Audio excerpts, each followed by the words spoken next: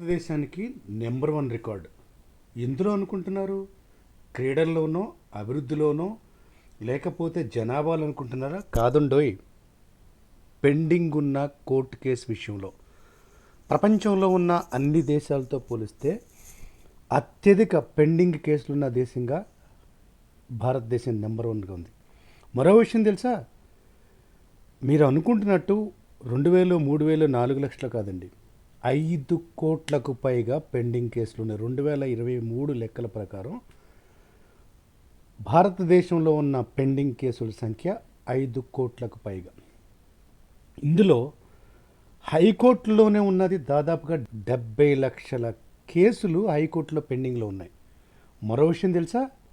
సుప్రీంకోర్టులో కూడా 90,000 కేసులు పెండింగ్లో ఉన్నాయి. మరో ఆశ్చర్యకర విషయం ఏంటంటే, మనం ఏదో చెప్పేసుకుంటున్నాం కదా, మన సాంప్రదాయాలు గొప్పవి, మన దేశం గొప్పది, అభివృద్ధిలో దూసుకుపోతున్నామని. సివిలియన్ జస్టిస్ అంటే పౌరులకు న్యాయం కల్పించే విషయంలో అంతర్జాతీయంగా మనకున్న ర్యాంక్ ఎంతో తెలుసా? అవుట్ ఆఫ్ 142 అంటే 142 దేశాలు ఈట్లు ఇండెక్స్ తీసుకుంటే 111 ర్యాంకులో ఉన్నాం. ఒకటి నుంచి మనం అంటే న్యాయాన్ని అందించే విషయంలో ఎంత వెనకబడి ఉన్నామో చూడండి. మరో విషయం ఏంటంటే, ఇందులో ఈ 5 కోట్ల మందిలో ఈ జైళ్ళలో పడి మగ్గుతున్న వాళ్ళలో బెయిల్ ఇప్పించే వాళ్ళు కానీ, బయటకు వచ్చే కానీ దారి లేక ఎక్కువగా మగ్గిపోతున్నది ఎవరో తెలుసా? సామాన్యులండి. సామాన్యులేనండి. సమితి లేదు. ఏ ఎమ్మెల్యే కొడుకు ఉండడండి, ఎంపీ కొడుకు ఉండడండి, ఏ రాజకీయ నాయకుడు కొడుకు అన్ని రోజులు ఉండండి. లైవ్ మర్డర్ చేసి దొరికిపోయినా మా వాడికి మతిస్థిమితం లేదని బయటకు వచ్చేయగలరండి. ఆడపిల్లల్ని రేప్ చేసి తగలబెట్టినా అడిగేవాళ్ళే లేరండి. చిన్న చిన్న కేసుల్లో ఈ మధ్యతరగతి, ఇంకా చెప్పాలంటే కూలి చేసుకునే వాళ్ళు, దిగువ మధ్యతరగతి వాళ్ళు ఎక్కువ శాతం జైలులో మగ్గిపోతున్నారు. ఇంకో విషయం తెలుసా? కుటుంబంలో ఒక వ్యక్తి జైలుకి వెళ్తే ఆ కుటుంబంలోని మిగతా వాళ్ళతోటి ఈ పోలీసులు కొని సమాజం కానీ ఎంత భయంకరంగా ఆడుకుంటుందో తెలుసా? ఊహించుకుంటే కళ్ళంటే నీళ్ళే పడతాయి. మరి ప్రభుత్వాలు ఇంత ఖర్చు పెడుతున్నాయి కదా, మరి ఏం చేస్తున్నారు?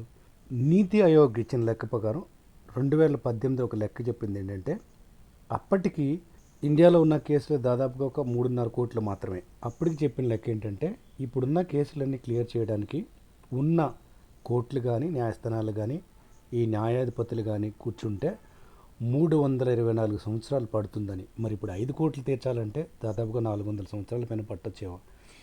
మరి సామాన్యుడికి న్యాయం ఇచ్చేది లేదండి. నిజంగా తప్పు చేసినవాడికి శిక్ష పడేది లేదా? తప్పు చేస్తున్నవాడు ధైర్యంగా బయటకు వస్తున్నాడు. ఏదో తెలిసి తెలియక చిన్న చిన్న తప్పులు చేసిన వాళ్ళు జీవితాంతం మగ్గిపోతున్నారు. స్వేచ్ఛ హక్కు మనకు రాజ్యాంగం కల్పించిందండి. అలాంటిది జైల్లో పడి మొత్తం జీవితాంతం మగ్గిపోవటమేనా?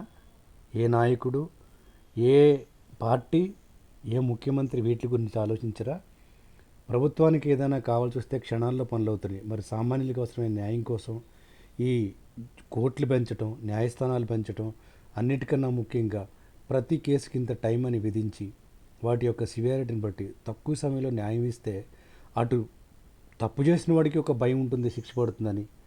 అలాగే ఎవడైతే బాధితుడు ఉన్నాడో వాళ్ళకి న్యాయం చేసిన వాళ్ళు అవుతారు. మరి ఇటువంటిది ఎప్పటికొస్తుందో? ఇది ఈరోజు సామాన్యుడి ప్రశ్న.